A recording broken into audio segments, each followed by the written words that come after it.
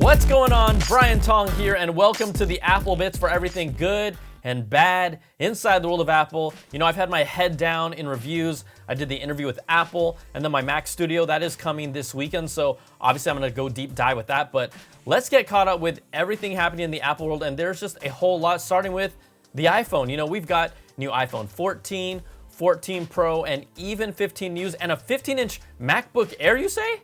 Yeah, I do say. But we're gonna start with the latest report from Bloomberg that claims Apple is working on a hardware subscription service for iPhones and other Apple hardware. Now, this plan would allow customers to subscribe and get an iPhone or maybe other Apple device as part of the subscription. And my first reaction to this was, what? And then my next was, if there is any company that has a following so loyal that they would do something like this, it's the quintessential Apple loyalist. Now, the idea is that you'll pay a monthly sub fee and then gain access to a device for a subscription period. And this could make sense for customers who just don't have money to buy an expensive iPhone, iPad, or Mac up front. But maybe they can if it's a monthly cost, and this would create another cash flow for Apple. So instead of subscribing to an Apple software service like iCloud, you would be subscribing to have Apple hardware. Now, I know immediately someone is gonna say, how is this different from the iPhone upgrade program where you already pay a monthly fee and you spread it out across 12 to 24 months? Well, the difference here would be Apple would charge a yet to be determined monthly fee that's not split up based on the price of your phone over a fixed period of time, and it could potentially cover other products as well. Now, Apple could possibly let you swap out your model for newer models when new products are released, and if it's Apple and if it's Apple services, they could offer you other perks by tying it in with maybe Apple Care or the Apple One services. And for me, back in the day as a young adult or college student, I would have loved the option for something like this to get a MacBook Pro or an iPad, and I'm sure some of your parents would too. Come on, even grown adults with jobs. Like, this already sounds appealing if the price is right. And then it gets people locked into their ecosystem, because once you are in, we know it is very hard to get out. Like, you are locked in tight. Bloomberg says it will be Apple's biggest push yet to get recurring sales. The project is still in development, and there's no idea when or if they might roll this subscription service out. But to me, it's always better to have financial options because this Apple stuff ain't cheap. But what do you think about this whole new subscription plan based on what we know, or the idea of it? Is it intriguing, or are you already passing on it? Put it in the comments, because I like to read and see the nice emojis some of you use, but please less eggplants. Not that I have anything against them, but I heard they might mean something else. All right, let's get to the latest iPhone news and play some catch up. There haven't been any major developments over the past weeks, even after what is believed to be the schematics for the iPhone 14, the 14 Pro, and the 14 Pro Max that have all allegedly leaked. Now, the takeaways here: the iPhone 14 will have no significant visible change that we can see, with the same notch and the same rear camera design. A recent report also claimed that the iPhone 14 may keep the same A15 processor, and only the iPhone 14 Pro and Pro Max will get the new A16 processor. Now, that does remain to be seen, and it would be one of the few times Apple has had a different processor in their phone family, at least for current phones, but it would also create a differentiation between the Pro lineup and the standard lineup, and I could see that because, you know, a Pro only uses the fastest thing available. Now, the iPhone 14 Pro and Pro Max schematics shown by Max Weinbeck show that the expected pill hole, got the expected punch hole design on that front-facing screen, while also showing what would be a slightly thicker design for the iPhone 14 Pro Max by 0.2 millimeters, and then an even more prominent camera bump on both the 14 Pro and 14 Pro Max. They would both be 4.17 millimeters compared to the current 3.60 millimeter camera bump on the 13 Pro and 13 Pro Max. So more junk in the trunk. These latest designs would also go against the original flush iPhone 14 concept that we saw previously from Jon Prosser, and then the side buttons that were also depicted as circles would still be pill-shaped based on Weinbeck's leaked CAD designs. And what's the lesson to be learned? We still don't know until we know. And if you want to jump ahead and talk iPhone 15, because you know what, that's 2 generations away, according to the Korean website The Elect, Samsung has currently developed a new under-panel camera technology that Apple is planning to use to hide the Face ID camera under the display, and will be only for the iPhone 15 Pro models in 2023. Now, if true, That would mean we'd finally get that single punch hole front-facing design on the iPhone that Android has had for at least 4 years. Now, the report claims the new under-panel tech would make the Face ID sensor look invisible to the naked eye, pretty similar to what's being done with the Galaxy Z Fold 3. You know, I'm still dreaming that we get some sort of in-display fingerprint sensor for next-gen Touch ID, but that still doesn't look like to be in the plans. But hey, we've heard these under-display Face ID rumors for years, so yeah, wake me up when it happens. All right, back to the stories, and the latest buzz from display analyst Ross Young claims a larger 15-inch MacBook Air could come out sometime in 2023. Now, he says Apple is working on a MacBook Air that's somewhere around the 15-inch size. We've heard reports from Bloomberg last year that Apple had considered it in the past but decided not to move forward, but the project now looks like it may still be alive.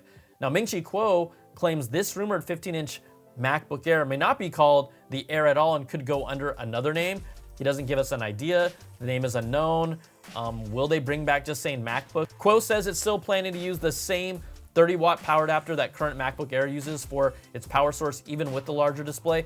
But the product of the year that is going to make the biggest noise for consumers from Apple is still the new 2022 MacBook Air for me. Now, Mark Gurman reports that Apple's redesigned MacBook Air, that's been pushed out to the second half of this year, and Apple will also likely not launch any new 14-inch and 16-inch MacBook Pros until 2023. Now, original rumors had the anticipated Air targeted for the end of 2021 or even early 2022, but now that likely means with the current timeline that we'll see it after WWDC, and I could see them use Dub to finally announce the new M2 chip, but you've got to bring new hardware if you're announcing a new chip. Now, analyst Ming-Chi Kuo, he expects that production will start sometime at the end of the second quarter, which would mean more likely a launch around September or later. There's obviously a lot of Apple products that would get a little boost with the M2, from something like the MacBook Air to the rumored entry-level 13-inch MacBook Pro that was talked about earlier, or the entry-level Mac Mini, even the 24-inch iMac and the new iPad Pro, especially now that the M1 is in an iPad Air, but we're just gonna have to wait and see.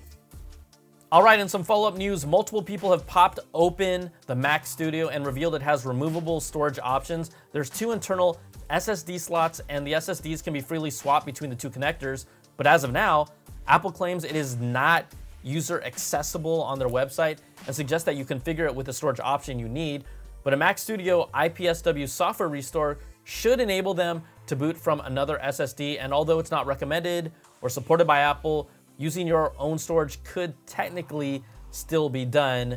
We're waiting for people to actually try it, so hey, it's up to you. Do at your own risk.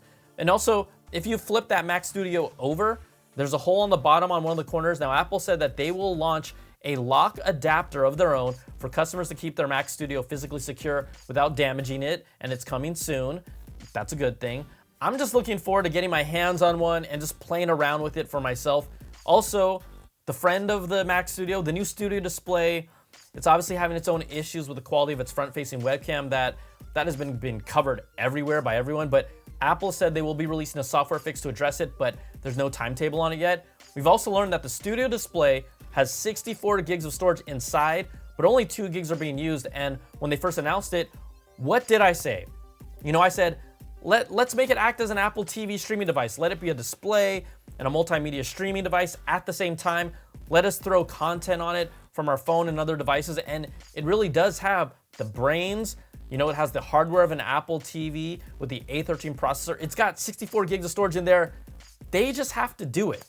Now, early reports said that the stand you select for the Studio display is the one you're stuck with, but a mention on Apple's website says the adapters are not interchangeable, but customers can visit an Apple store or authorized service provider to have it reconfigured after it's purchased if they want to. So if you want to change the stand from your original configuration to either the adjustable height stand or the Visa mount, you can do it. Now, Apple also recently announced the driver's license feature on iPhone and Apple Watch in Arizona, and also that means more states are coming soon. Arizonians, is that what you all call yourselves? Well, now you can present your ID at select TSA checkpoints at the Phoenix Sky Harbor International Airport. Welcome to the future. And it can be used at other TSA checkpoints in other states. We got Colorado, Hawaii, and many others coming soon. All right, let's take a moment to thank the sponsor of this video, NordPass. NordPass is more than a password manager. It's an essential cybersecurity tool that makes your life easier and safer. It's a simple, secure password manager by the same team that built NordVPN. We have so many passwords, and a lot of the time, you pick the same one because there's too many to remember. I do it, you do it, we all do it. But there's no need to memorize all your passwords anymore. With NordPass, you can gain access to all your logins with a single master password, log in faster with NordPass autofill feature. It will also help you generate secure, complex passwords that are harder to crack instead of using your pet's name and your favorite number. You can also store credit cards and personal details on NordPass. Sync your credentials on 6 of your devices so you don't have to do everything over when you get a new device. There's also a data breach scanner that will let you know if your online account or credit card info has been leaked. Password health checks if you've made any weak ones, if they're older than 90 days, or if you're using the same one on several accounts. It's also a zero-knowledge password manager that no one else can see except for you. So get 50% off a 2-year NordPass premium plan at nordpass.com/BrianTong or use code BrianTong. Plus, you get an additional month for free, and there's a 30-day money-back guarantee. So use the link and check out NordPass. All right, that's going to do it for this video. If you like what you see, give me that thumbs up, subs up, and hit that notification bell, ding, to get all my latest videos when they drop. And if you want more of that Apple goodness, you can check out my weekly Apple Bits XL audio podcast to get the latest deep dive with all these stories and new ones every week with special guests. Hey, we'll see you on the next video. Take care and be safe. Peace and love.